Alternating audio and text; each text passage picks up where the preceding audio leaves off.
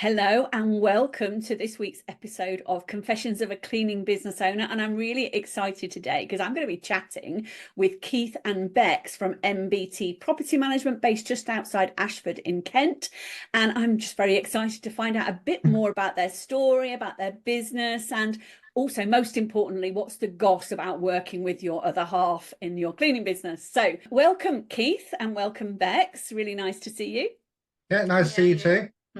And I've got some questions I want to ask you, but we're just going to have a chat and hopefully people will really enjoy listening to it. So to start off with, I wanted to find out a little bit about your story and how you kind of got here. So Bex, can we start with you? And what did you do before the cleaning business work-wise? Previously, I worked in a call centre at BT, and then I actually did cleaning of holiday lets. And that was my job prior to actually starting the business. So I worked for somebody else doing that. And how long did you last? Yeah, well, the first time at it, because my daughter was at school and she started primary school and I was bored because I'd left BT, had that gap for having her, and then she went to school and I was kind of lost and wanted to find something in school hours. So I had no childcare. So it was kind of really difficult to find that. So my mum knew somebody that was cleaning holiday lets and said, "Do you want to try that?" I said, "No. I'm not a cleaner. I don't know how to clean. No way. It's not for me." But I did because obviously out of desperation, and with holiday lets you can work in school hours. So that's how that come about, really. I just started working for her doing that, but I only lasted 2 weeks. And then I quit because I didn't enjoy it at all. I hate cleaning, especially holiday lets. Let's go back a little bit. So the BT call centre. Yeah. So you were actually the one smiling and dialing? Yeah, I was the one answering. I was on customer service. Oh, I bet that was fun. Yeah, it really wasn't. No, that's tough, but you must have learned some good customer service skills, or how to manage complaints, I would imagine. Yeah, there was a lot of complaints. You'd get a lot of abuse. It was always your fault that their bill was high, or and it's learning to try and talk them down and try and get them to listen to you, because obviously they're on a rant. They've got this massive bill. They're not happy about it. They want you to fix that. You can't change it. It is your bill. But yeah, it was an interesting job. I actually really liked it, to be honest. Yeah. And so, but you left because you were having your first baby? Yeah, first and only. Yeah. First and only. And thought, actually, somebody mentioned cleaning. That might fit around family, but you absolutely hated it. Yeah, it wasn't for me. Yeah, it just wasn't for me. I didn't really know what I was doing. Interesting. And actually, it's interesting. We'll talk more about the cleaning business in a minute, but it's interesting that a lot of people start cleaning businesses because they love cleaning, but actually that doesn't sound like that's why you started the cleaning business. No. So we'll leave that there for now. Keith, go on then. Tell me about you before the cleaning business. I moved out of the jobs. I left school, joined the army. I was in communication, so we did sort of Morse code and all sorts of stuff like that. Realised quite quick, well, I say quite quickly, it took me 5 years to realise I wasn't very good at taking orders. So yeah, left because genuinely I should have been an officer, I think, because the orders given, I always used to question it and it always got me in trouble. So yeah, it was probably not my best move. And then that classic entrepreneur, isn't it? Unemployable. Yeah, basically, you always question it, don't you? And you sort of go back to it. Someone gives you an idea, and you think, yeah, but if we did it this way, wouldn't it be a bit easier? And, it was always, and then I'd get the, "Are you questioning me?" which I would then answer with the only logical answer in my head was yes.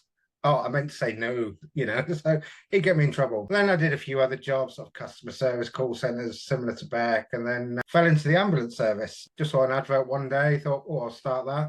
I started off in the call centre, taking calls over the phone, which, if I'm honest, is a lot harder than people think, because you're dealing with people at their most extreme and they want help immediately, and you have to ask all these questions over the phone that seem irrelevant to them, and you've got to calm them down, talk them down, get them to listen to your instruction.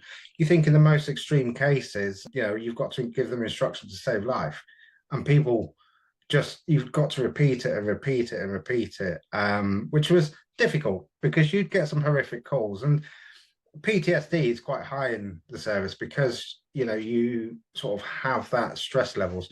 But then I decided that wasn't enough for me, so I joined them on the road as well, and did that for 12 years. So you became a paramedic?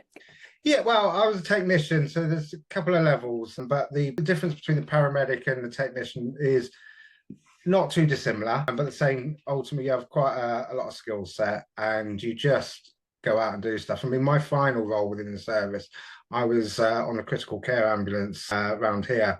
My crewmate was a critical care paramedic, so we'd go to the most serious of jobs, and both of us would back each other up with knowledge, skills, and stuff. And that's interesting because I can imagine that you had the more people skills, whereas he perhaps had the more instant medical skills. I can fix this. But Yeah, you're the one that would be taking care of the actual person. absolutely. You'd also have to look at the surrounding area. It's not just the person that you're dealing with, the patient, because everyone in that scenario is a patient, because you know you've got loved ones that want you to fix them, so you've got to explain to them. You've also got to know what's going on, what's the next step and the next action. But yeah, and then I got to a point where it was time to leave. I'd seen more than enough, and yeah, it used to affect quite a bit, I would say. You'd say I'd talk in my sleep quite a lot, didn't you? Yeah. I guess that's your brain processing. So yeah, it was an interesting job, definitely. So leading on from that then, the cleaning business. So we've already established Bex doesn't like cleaning. You're in something completely unrelated. How did who came up with it in the first place? Well, it was a tricky one because I was obviously happy plodding along. I'd done the 2 weeks quit, and then she asked me to go back, so I did. And then I did start to learn to love it. So it was kind of, I'd worked for her for a long time. I really enjoyed it. I brought on a lot of staff for her. I managed one of her larger properties on her behalf. This whole business started because it basically just sort of, I guess it was meant to happen. So yeah, I'd done that for a long time, about 7 years. And then she started hitting a bit of problems. She couldn't cope with it mentally. It was, she was on her own. So obviously she was running on her own, and with me kind of doing what I could. So eventually she said, would you take over this property and still work for me, but just so that everything's dealt with, because you put all the staff there, you are there anyway. It kind of is just one less headache for me. So I kind of said, oh, well, yeah, I could, but I don't know anything about business or anything like that. But I was obviously had the backup of still working for her. Keith was on the ambulance. So I just said, do you make a profit? Like, am I going to be out of pocket with this? I could have a lot of savings. What's going to happen? So she kind of went through stuff with me and was like, yeah, it's fine. You won't need to be out of pocket, blah, blah. Anyway, long story short, we got into it, and I thought, okay, I'll do it because I'm still working for you. And it turned into a bit of a crisis, really. You were out of pocket then, is that what you're saying? Yeah, definitely out of pocket. I mean, I sort of fell into working with you because where I was on night shifts and stuff, and I'd come home and then you'd be out all day working, and then I would literally have to get up and go out to work. So there'd be days that you may not even see her for 2 or 3 days. So in the end, I would come home from a night shift and go out in the morning with her and help out on the cleans, just literally to spend time. Yes, all right, you're working, you're cleaning, you're doing whatever, but it kind of worked for us. You loved me so much, you had to follow me. I did, yeah, I stalked you continuously. And then where it kind of came was where, like you say, you started with Finchcox. And I just had that, and then I thought I'd be working for her. So once we got over the hurdles we had to go through, and I had to figure out quite quickly, having, like I said, no knowledge of how this all worked, I had to figure out the staff, had to change the pay structure, done all of that, and thought, okay, right, this is where we're at. But then she started not giving hours. This is no slander to her, lovely woman, but she didn't give hours out to the girls that I'd brought on, and they were ringing me like, we haven't got any shifts this week, and I personally wouldn't either, and it all just started to go downhill for her. And then eventually she just gave the business up completely. So obviously I just had Finchcox and he was still on the ambulance, so I was kind of like, God, I've now got to get another job because I need to pick up the money. But so we just decided between us, really, wasn't it? It was a kind of a push from you and a bit of a, because I can see the potential within it, I mean, where we'd had to quickly rearrange the pay structure massively. To give you an idea, the property that you were looking after, she was making almost £100 loss every changeover because the way she was paying people. We had to negotiate with them and bring it all in place. So eventually we did it, and in such a way that they actually only lost £10 a day, or £10 every changeover, didn't they? It was difficult. They were on a lower hourly rate, so we upped the hourly rate. to accommodate, because what she'd basically been doing is paying people from the minute they left their home until the minute they got home. So there's period of time, especially as that property, it's like a 45-minute drive. They're being paid from, it's a bit like, you know, going to BT, for example, and then paying me when I get up to go to work to come home. So that wasn't working. That's where the loss was. So we upped their hourly rate, and those that, because she would pay that to all drivers as well, like there was everyone got the same, so which is great for them, but obviously from a business point of view that wasn't possible. So we upped their hourly rate by £2 more per hour, and then obviously the drivers got their fuel. So it had to be that way. It was that or it wasn't going to work. It's interesting, isn't it? Because you think, you know, you kind of inherited a business almost, but actually it wasn't a business really, was it? No, it wasn't. No, it wasn't it was not even, I don't even know how, looking back on it now from what I know, how she went on for so long. And the stress must have been insane because she was so disorganized. And I think that's why when I come along, I'm not saying I'm the most organized person in the world, but I just knew that she was struggling, and I just found that I kind of knew how to make that better. Even though I had no training, I didn't know really what I was doing. It was just kind of, I'm quite good in a crisis. So I work better with pressure. So if there's a pressure point, which in her business there was, it meant that someone had to kind of pick it up and sort it out. But we just gained that one property from her, and we had to then really think obviously about what we're going to do. So because it wasn't enough to it wasn't that one property, because obviously really a lot of it was going out on staff wages, wasn't it's quite common in our industry, isn't it, unfortunately, and we come across this a lot in the DCBM, where people aren't charging enough, the business isn't organized enough, so it's causing chaos, and actually that unsettles the team. You were talking about not giving them hours. That was probably down to not organizing things, not solving problems quickly enough, and it's really common. And actually one of your skills, sounds to me, is that thriving on the problem solving. Yeah, that is it. I mean, if I'm needed, I'm great. If I'm not, then I won't do a lot. If you can put it off, you can. Yeah, so if I have to do something, like, I work better in a crisis. That's it. I just under pressure. If someone needs something, I deal better than, like, if I was to think now, I've got to go and, I don't know, walk the dog. If the dog needs the walk, then I'm going to do it because the dog needs the walk. But dog's got his legs crossed, you're out the door. But otherwise, sorry, dog, you can wait. Otherwise, it's a no from me. So we had to just arrange meetings and things with the agent, because obviously I didn't have any insight. That was given, so that was quite a door into it. But then we had no idea what to do to grow after that at all. It took a long time, didn't we? Didn't know what to do. It did. I know when I was an action coach, one of the things that they talked about was different kinds of people. Some people are move away people, some people are move towards. And what that means is some people will only act if they've got a problem that they need to run away from and solve. And some people are only motivated by aspirational things. So some people need a goal. Some people need to move towards something. Some people just need somebody biting them on the backside to get them moving and making them move. And it sounds to me like you're a move away. You need a problem. I'm quite the opposite.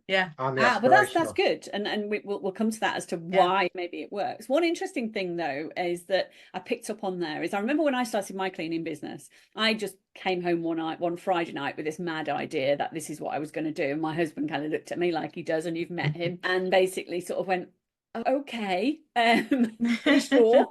Do you know what you're doing? It sounds a little bit different with you guys, that maybe it was Keith that was pushing that you can do this.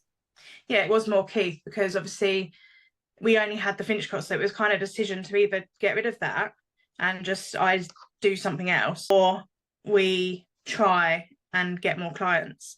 And obviously the push was from you to do that, but I was not confident in it because I didn't know how it all ran behind the scenes. I didn't know, like, we'd sit on the computer, wouldn't we, searching for holiday lets, looking at if we could find the owner's details. That's how naive we were. We had no idea. We didn't know.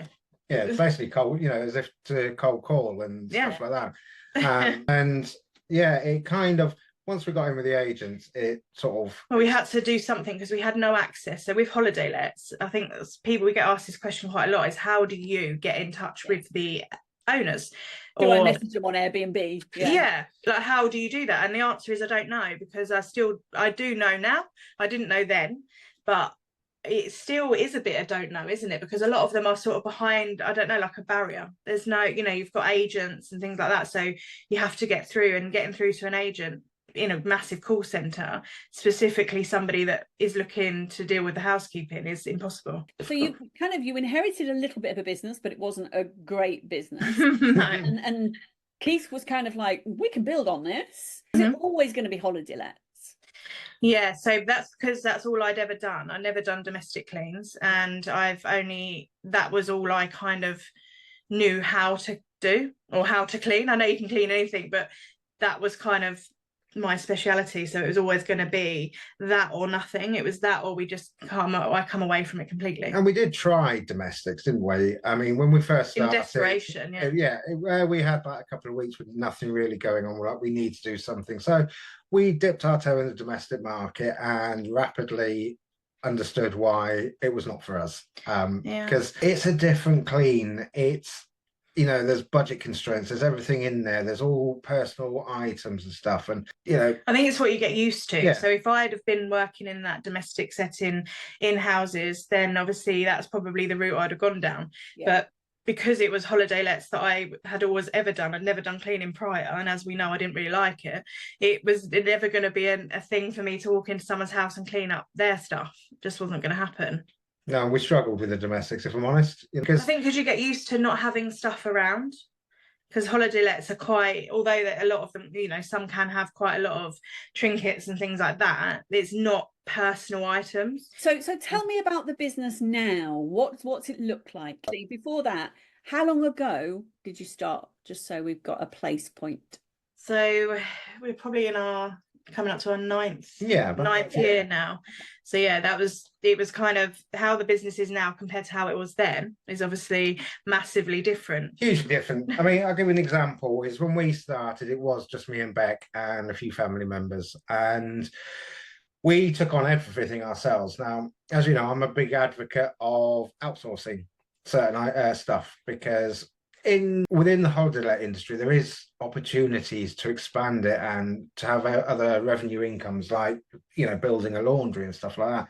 When we first started, we were going out cleaning, coming home, then you'd be on the admin side of things. I would then be starting the washing and ironing, and you were quite open the fact that you can't iron, don't want to iron, and it just wasn't your thing. I'd be up till like 1, 2 in the morning doing the laundry, and then we'd get up at 6 the next day ready for the next day. And this continued for years, didn't it? Years, yeah. It went on 7 years. Yeah. We're only in year 9, so we've only it's taken that amount of time to get to a point that we're at now. Yeah, where we are now is we're off the tools pretty much 95 to 98% of the time. Yeah. There is the odd day that will help, and certainly over the summer when it's really busy, you know, and the nature of the business is sometimes you just have to go back to work, you know. So, but a lot of the time we're off the tools, aren't we? You know, we can focus on the business itself, which is a nice place to be. And you guys chose, didn't you, to move away from doing your own laundry or the laundry for your holiday let clients to actually hiring the linen in? What prompted, apart from the fact that you were up till 2 o'clock in the morning ironing, what gave you the idea? What prompted you to do that change? So for me, it was, a lot of it was the amount of time that it was taking me to do the laundry. And yes, we could have built a laundry and had... We did, you know, we went down that route. Yeah. But we did think about, we looked into it, didn't we? And we were going to do that. It was more the costings behind it. So getting the commercial machines, you know, the proper big machines, the ironing machine, everything like that. Plus then you've got to staff that on top of it. And yes, that's great. And it's another revenue income. But again, it's time that I wanted back, you know. Whereas now, so I looked at different options, and the other side of it was a lot of the linen that we outsourced to a laundrette, and we tried a few others, and things would come back either stained or not quite right, or items were completely missing, but you wouldn't know that until it got to the house, and that would then increase stress levels. You'd have other things. Like one of the laundrettes we went to, we gave them all the laundry one day and it all came back mixed up completely. They thought it was all for one house. That was not just a rare occasion either, that was constant. And I don't think they could cope, any laundrette that we tried could cope with the level that we were giving them. We are super busy constantly, and they just couldn't. It was too much for them, but they wouldn't say, because they wanted the money, obviously. You'd have short turnarounds, you know. Sometimes you'd have a house going on a Monday and it'd be back in on the Wednesday. So I would literally, and they've got obviously their other customers as well, you know. We couldn't just take over. And then the linen hire sort of came about. I looked into it, you know, what the costings were, and it actually turned out a lot cheaper for the owners than the laundrettes. So the sales point for me was, one, I've got all the same linen, so no matter what house they go to, the girls have got the same linen and they've got enough spares. It's a quality linen. It's, you know, it's high end. And if there's damage or anything to it, they've got spares, and we reject any damaged linen that we've got sent back to us. That doesn't cost us, and it's just there, and the quality is far superior. And also for houses that are coming on, a lot of owners, when they start in the holiday let business, don't realize the costs it's going to, you know, for them. 3 lots of bedding, basically. 3 lots of bedding, 3 lots of towels, 3 lots of everything. They spend a fortune as well, because you need it to be good quality. And you could be spending £3,000 to £5,000 before you've even started. Whereas I take that pain point away from them now. I said, oh, here's what we supply you. That'll cost you this much. And we had a laundry client in my business, and they run a B&B. We don't do holiday let changeovers, but we said we would do their laundry for them for their bed and breakfast. And she bought all this beautiful linen, but it had like it was a plain white, but then it had like a ruffle effect on one side. And I'm like, well, I can put it through the roller, but it'll then need hand finishing. And, you know, you'd be cheaper to replace it rather than keep paying us to hand iron these king size duvets and pillowcase and things, because we can put them through the roller, but they won't come out right. So, yeah, it was a big shock that she'd invested all this money and all this linen. And I'm like, it's actually going to cost you more not to replace it in the long run. So, yeah, it's a difficult thing when it comes to linen. People don't think of the laundry and everything. They don't always think of the cleaning, do they, on the surfaces that they put into their properties? No, they don't. And the laundry, like I say, that took a big, once we got everyone changed over, the time that I got back was phenomenal. It was just, I mean, anyone can go into the office now and pick out a set of linen because it's all stacked in a way, and there's a booklet in there that says for each house what size beds you need, everything. So anyone can go and do that. You don't let them? I don't let them. It's mine. Yeah, so we're still working on that bit. The whole point of the unit was to kind of get away and be able to let them take control, but he can't. I have an issue with that.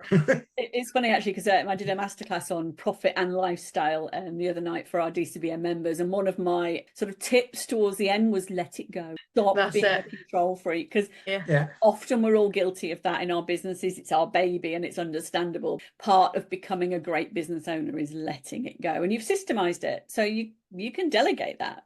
Yeah, there's no reason not. Oh, I'm not allowed near the computer though, am I? No, to be fair, that's something that you can't let go. Got 2 control freaks in one business, great. Yeah. In different areas. So obviously when you first started the business, you had the challenge of actually turning it into a business and creating a business. What have been your biggest challenges, either individually or as a business, along the last sort of 9 years or so? We talked about laundry, but there must have been others. Pricing. That's a big one. Staff. Pricing of staff, definitely. Yeah, we could go on for hours on this. You haven't got. So pricing, do you mean as in getting the quote right? Absolutely, yeah. And I refer back to this, and I will, on a lot of the groups when people ask about pricing, as you're probably aware, I will happily give out advice for it, because I don't want people to make the same mistakes we did.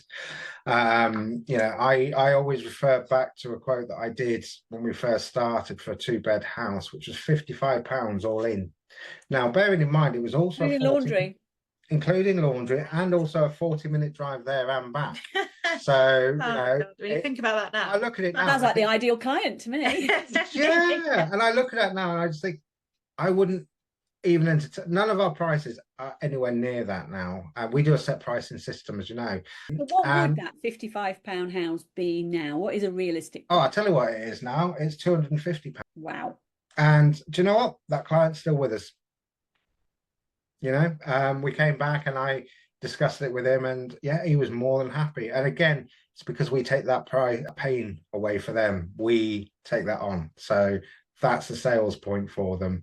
So yeah, pricing was quite a struggle because we had to, certainly when we started taking people on employed, you've got to take so much into account. You know, I think that was my biggest thing, is the admin, so, or the financial as well. So being, obviously running your own business, you've got to be an accountant, a boss, you've got to look after staff, and I was just, yeah, you've got to be everything in one. And obviously, as I've said, I had no knowledge of anything. I failed maths. I got a U, which obviously kids of today won't understand what that is. I don't know what that is. Unclassified, I think it was, didn't it? Maybe you got your name wrong. Yeah, probably. I didn't even get a grade for that. So I got a U. Deal with maths. Not if it makes you feel better. I mean, maths is just not my thing. I think we know now my daughter's got dyscalculia, yeah, and I think I've got that. So yeah, maths is not my thing. So learning, it was self-taught. So mistakes were made, because obviously when we did finally go to an accountant, he was like, whoa, what have you been doing? I was like, I don't know what I've been doing. So it was a big learning curve. Yeah, just try to teach myself. Yeah, that was and again, recruitment, but that's a pain point for everybody. You see it again in a lot of groups and stuff. People will say, you know, would you rather self-employed or employed? That's a whole different conversation entirely. We've gone with employed for all of our staff because we want them to, you know, have a fair wage, not to worry about stuff, to be insured, to be trained to our level, to have that a particular image, and, you know, to give them all what we would want as an employee ourselves. Trying to get them, on the other hand, is a whole different matter. We know that, you know, people can have different issues within their lives which make them a difficult employee. We may not be the right match for them. They may not be the right match for us. So when you see in these groups, people say, oh, I'd never employ people. It's because they've hit one or two barriers and then don't know how to cope with it. And whereas we've gone through those barriers, and now when we get them, where you just go, okay, well, we've had this before. Let's try and work it this way or that way. And it kind of works. Not always, but most of the time, you know. I've always thought that as our business grows, we have to grow. And if we don't, it overtakes us. And then we're running to catch up, and things are happening that we're not able to deal with anymore. So yeah, it's a real key thing that like you said, we've got so many hats. We're HR, so many. we're the finance director, we're the HR director, we're marketing, we're sales, we're customer service, we're absolutely everything in our businesses, and most of us don't go into our businesses with that full set. No, or the knowledge. Like, I never wanted, there's no ambition here to have my own business or to be a boss. No way. And I find being a boss very, very difficult. I don't enjoy that, do I, at all? I'm too emotional. Like, I'm an empath. So if they're going through something, rather than have a boss head, I'm like, oh my, you know, I want to look after you. So I struggle badly. But you're also, ironically, really good as a boss. You're good cop, bad cop here. We can be, yeah. And it sort of balances. Some days there's certain aspects that I'll be the good cop, and there'll be days that you're the good cop. You know, a lot of the time you just. I'm pretty sure that's probably a lie. He just thinks he's good cop, but it's not true, is it? No, I'm always bad cop. It's interesting though, actually, because if one person is good cop and bad cop, that's actually quite confusing for a team and makes them feel a bit insecure. Sometimes, you know, you need a more nurturing person, that empathetic person. You do also need the bad cop, the one that's going to go, do you know what, this is just how it is, get on with it. And that is you. Somebody who's going to take care.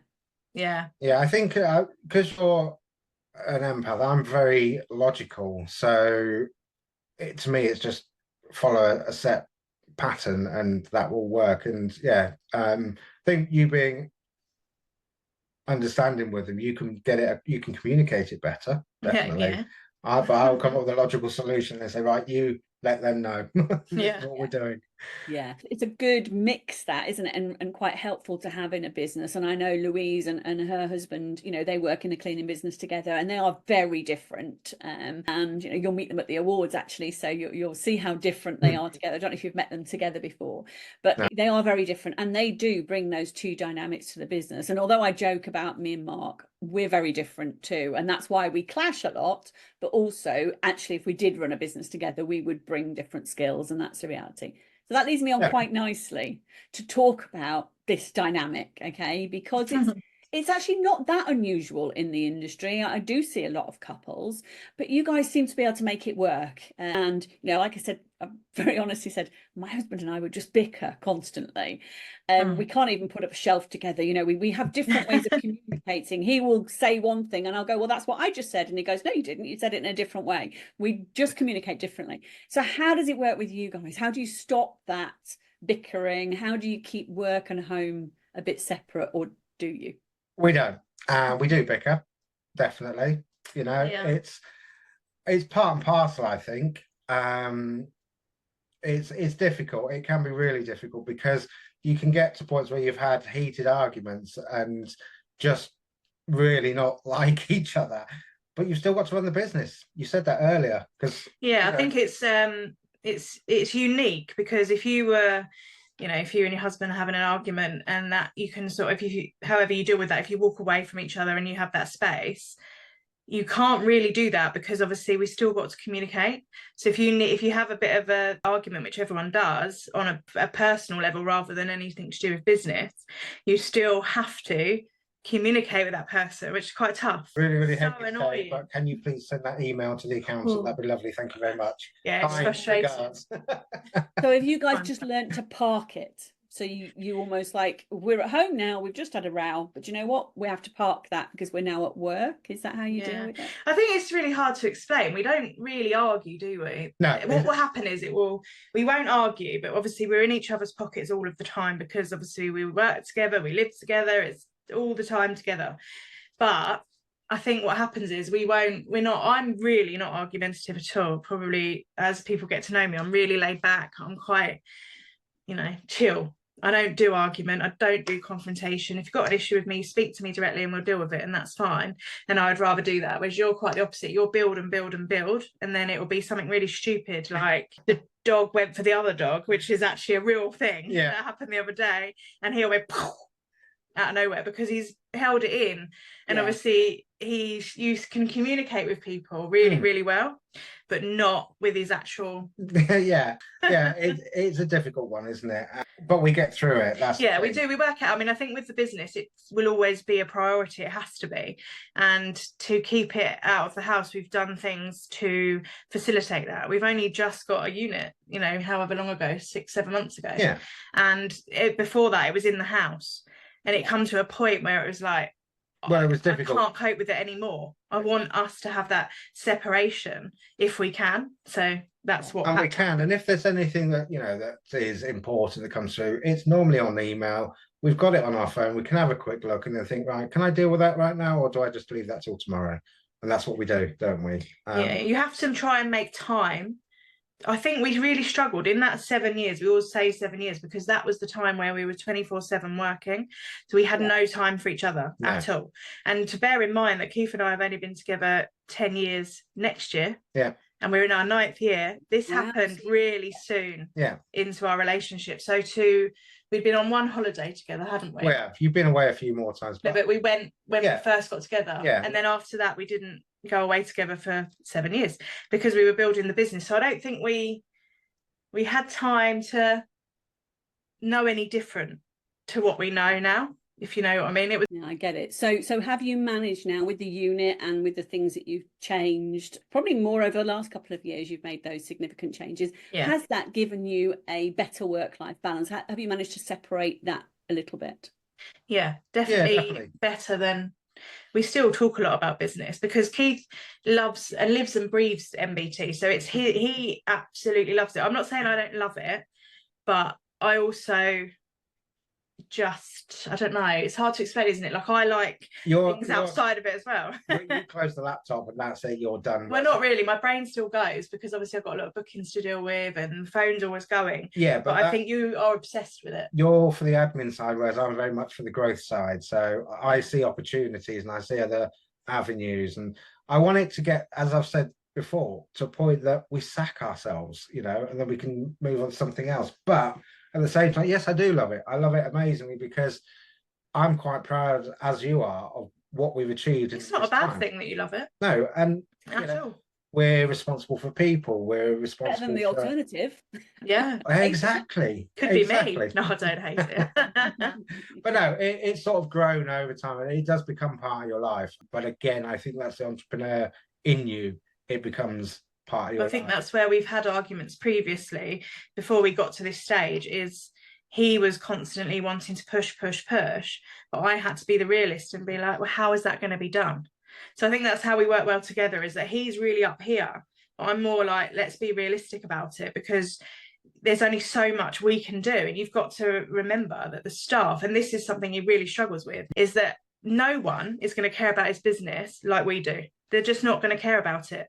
So the staff, as much as we've got some amazing staff, they're great, we can really rely on them, and we can, and without them this wouldn't be happening. So they are amazing, but there's times that they aren't going to love it like we do, so therefore that he forgets that. So if they sort of say, well, I can't do that day, he's like, why not? And I'm like, because they've got a life. Just because you don't, they do. It's interesting, actually. We talked earlier about the moving away and the moving towards. I get the sense that Keith is that moving towards person that's sort of like, this is what we need to achieve. And his head is constantly filled with new ideas and planning and strategy, and your head is filled with, but we've got to do this, and this needs sorting, and I've got this problem to fix. Is that what's going on here? Yeah, it does. Yeah, it does. And I think we bounce off each other quite well, because she keeps you grounded, but at the same time I can push her forwards. And I think that is why it works, because we're so different. Like you've said, like with your husband, I think to have a couple doing a business together, there has to be one and the other. They have to be different, and that's how it works, because without him pushing me, it wouldn't have got to this stage, that's for sure. It just wouldn't have done. So and do you guys have clear roles and responsibilities? So if I met one of your team without you there, would they know what you both did? Yeah, 100%, definitely. Yeah, it's very clear who does what. You are admin, that's it. I run the business, it's the face of the business. Yeah, so I'm obviously very in the background, and I'm not as outgoing as Keith. I'm quite socially awkward. So like the award ceremony is going to be my idea of hell. For Keith, he thrives in that environment, whereas me, I'm like, I'm going to need some wine or something quick, sharp, because I find it difficult. With my husband, you'll be fine. Yeah, I'm just like, I like to just observe or just sit back, and I think Keith, it's good that Keith's like that, because like I say, things wouldn't be where they are really without him, and vice versa. I think that's the thing that's going on here, and it's really lovely to see. So tell me now, what's the future of MBT? Obviously, let's leave Keith to one side because he's going to have these huge plans, but let's start with you, Beck. What's the future of MBT? Where do you see it going in the next couple of years? So it's a hard one. It's only, I think I do want it to grow, but I want it to grow. It grew so massively in such a short space of time that I've managed to rein that back in the last couple of years, and I've managed to slow it down, which took so long to do. So we're kind of at that stage now where it's slowed down enough to then regroup, which is all I ever wanted, is to just calm this down, because it was getting out of control. Let's calm it down, regroup, get this set up, get everything done that we need to do, make sure it's working, make sure we're off the tools as much as we can be, because all the time we're on the tools, we're not able to do anything. So we had to get to this stage, which is where we're now at. So obviously, if we do want the same things, I do want the business to grow, but I just like to do it at a better pace than what was previously done. It's great that we're where we are. So yeah, where we're going to go in the future is, I want it to be bigger, obviously, 100%.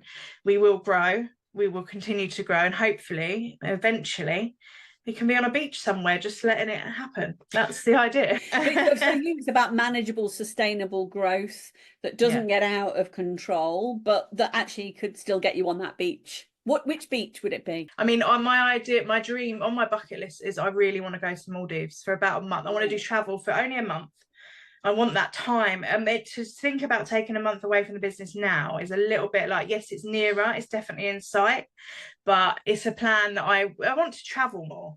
I want to be able to sort of have this idea in my head of being in a motorhome going around America, just being able to still work, but be looking at something better than Blighty, you know. I always see those pictures of those sort of beach huts, but they're out on a boardwalk out into the sea. Yeah. Like them. I always think, I mean, obviously, you know, incredibly expensive, but I always look at those and go, yeah, I could do that holiday. It's the dream. Well, we met I met a couple in, at one of the holiday homes, didn't I? And they had a business, well, a management business ultimately, but what they did is they traveled around the world working from their laptops and just being in different random places, but they were responsible for like the X Factor judges' houses. What they would do is, obviously the houses weren't their houses, they were hired out for whatever period of time.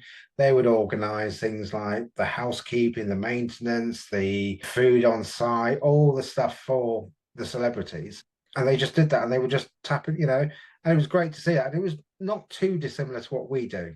You know, it's almost like a problem solving thing, and something where we could, you know, do it from wherever, but have it working on its own here. So then I think as well, like with regards to business, I think it's, where are you going to go? I don't know. It's strange because obviously our lives are MBT, but obviously our personal lives as well. So it's like, where are we going to take this? The opportunity to do whatever you want with it. And that's the nice thing, isn't it, about being your own boss is, yes, it's really hard and we wear all those hats and there are days where we just think we should just go and get a proper job. But actually, there's also, we create our own opportunities, don't we? So that's very quickly, before we wrap this up shortly, Keith, go on then. What's your big vision for MBT? Well, it is a similar vision. Face. If you're listening, Beck's face is a picture.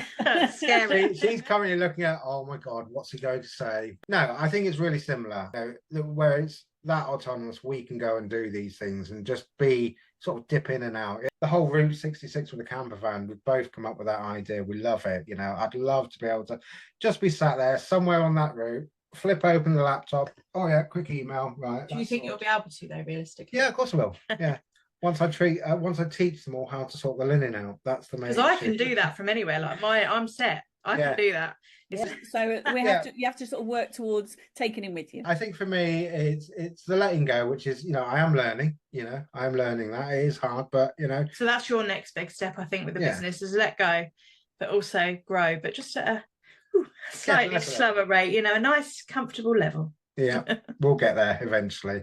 But I mean, it's given us opportunities, and it's given Tilly opportunities as well. I think for you thrive and you love it, which is great, because obviously had he not been that way, we would never come across the DCBN and you guys, and you've taught us so much that he will listen in. I'm not always there, but he will, and then that obviously gets forwarded on to me, and to have learned so much and to have that, if we'd had that back 9 years ago when we started, it would have been amazing. Yeah, when we found you guys, it was after lockdown, and it was just, you know, I'd had a conversation with a couple of people, and I don't even know why this was never a thing, you know, because the help that's out there now, simple things. I mean, again, now that we're an admin on one of the cleaning groups, is the questions are the same over and over again. You can direct them there.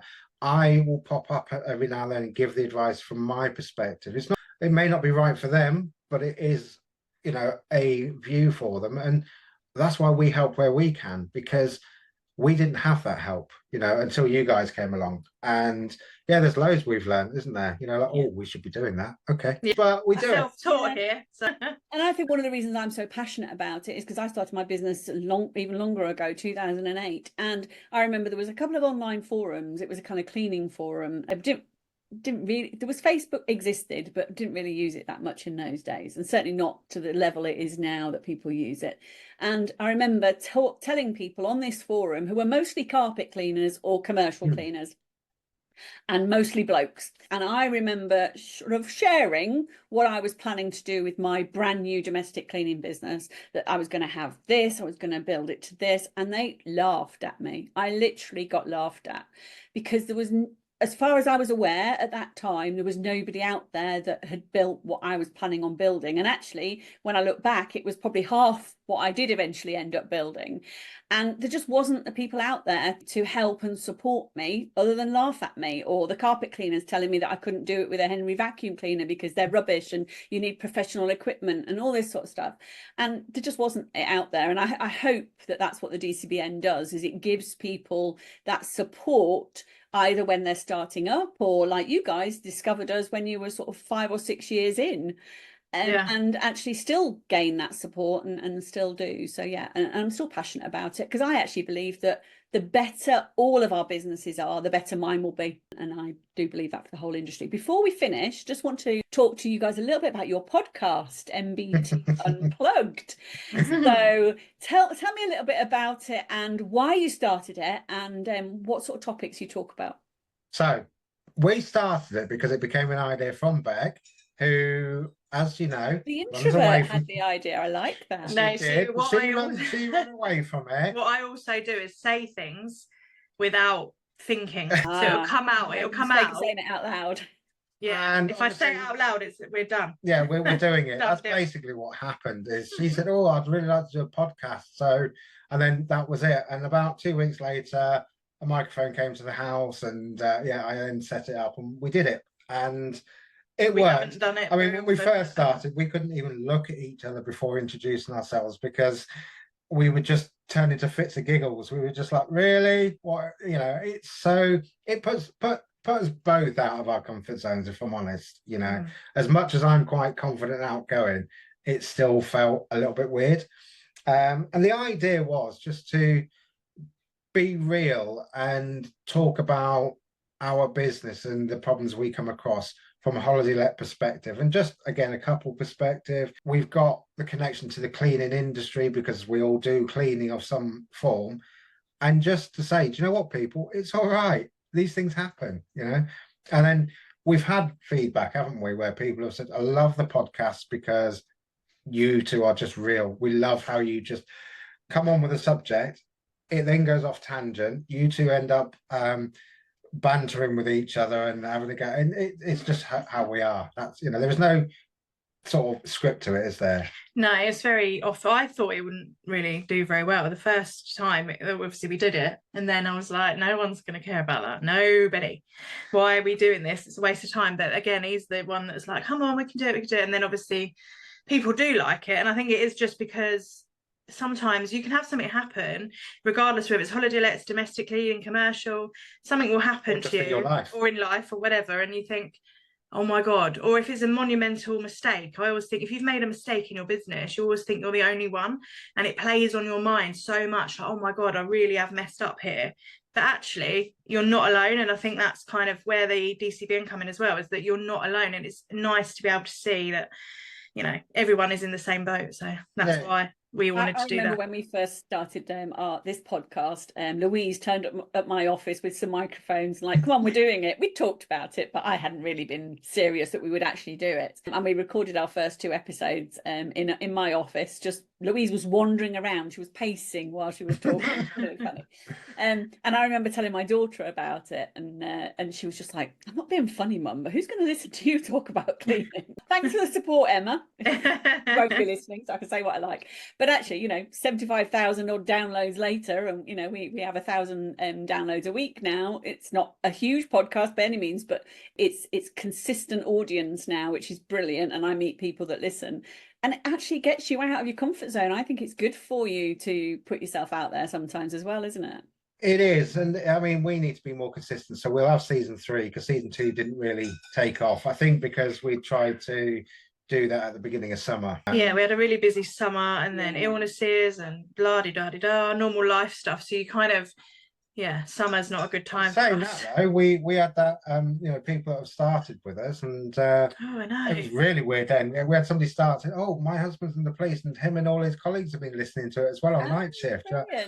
Okay, that's what. And we've met people in the street that said, oh, you're Keith and Beck, he loves that. I'm like, please.